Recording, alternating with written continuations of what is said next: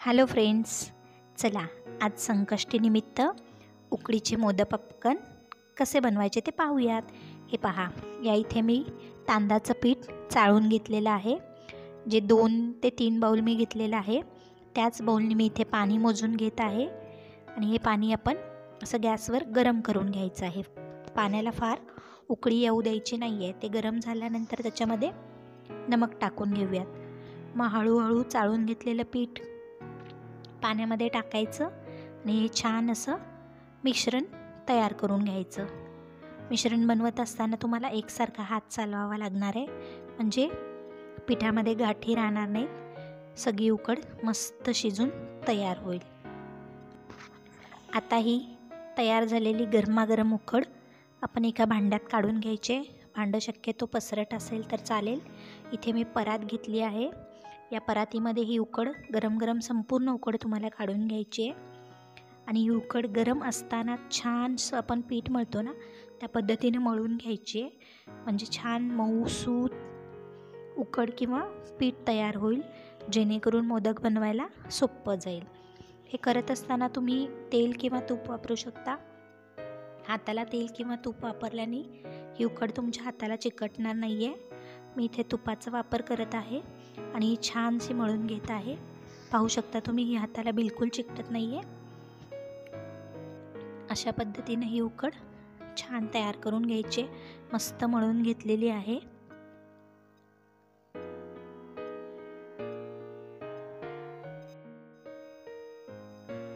उकड मळून त्याचा छानसा गोळा करून बाजूला ठेवून देऊयात. आता या मोदकासाठीचं सारण बनवूयात. सारणासाठी काय काय लागेल मैत्रिणींनो? सारणासाठी आपल्याला खोवलेला नारळ लागेल. नारळ तुम्ही खोवू शकता किंवा खिसून घेऊ शकता. बारीक बारीक पीसेस करून मिक्सरला सुद्धा वाटून घेऊ शकता. मी इथे मिक्सीचा वापर करणार आहे. त्यासाठी पहा, मी इथे खोबरे अशा पद्धतीने चाकूच्या मदतीने जे बारीक बारीक पीसेस करून घेत आहे.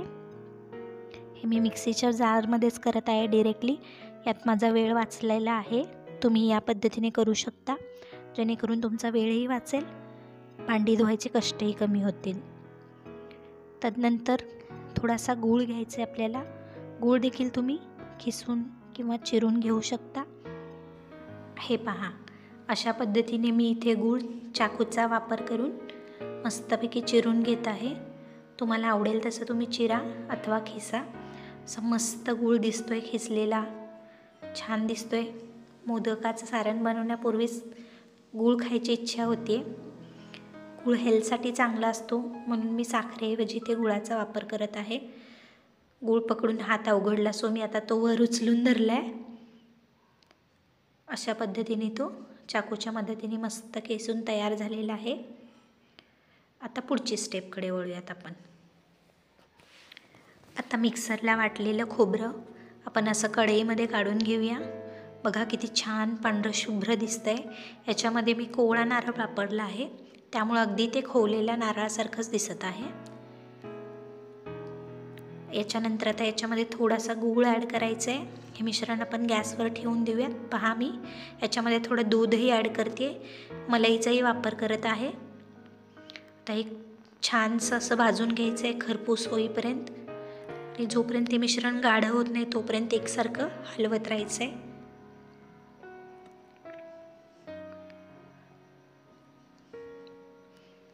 कढईला चिकटू नये म्हणून किंवा सारणाला अजून जास्त चव यावी यासाठी आपण याच्यामध्ये थोडंसं तूपही घालतोय. किंचित नमकही घालून घेऊन हे मिश्रण रेडी केलं आहे.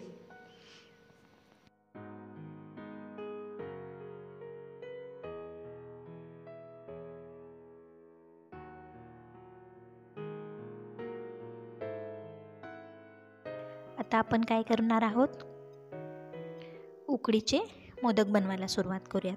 हे पहा, मळलेले पीठ पुन्हा लागेल तसं हळूहळू मळून घ्यायचं आहे.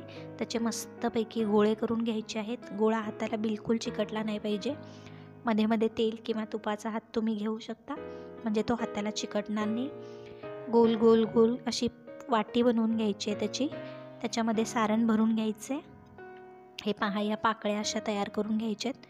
जेणेकरून त्याच्यामध्ये सारण आपल्याला व्यवस्थित भरता येईल. किती सुंदर दिसतो आहे हा मोदक. त्या पाकळ्यासुद्धा किती गोड दिसत आहेत. आणि मग हे बंद करून टाकायचं आहे.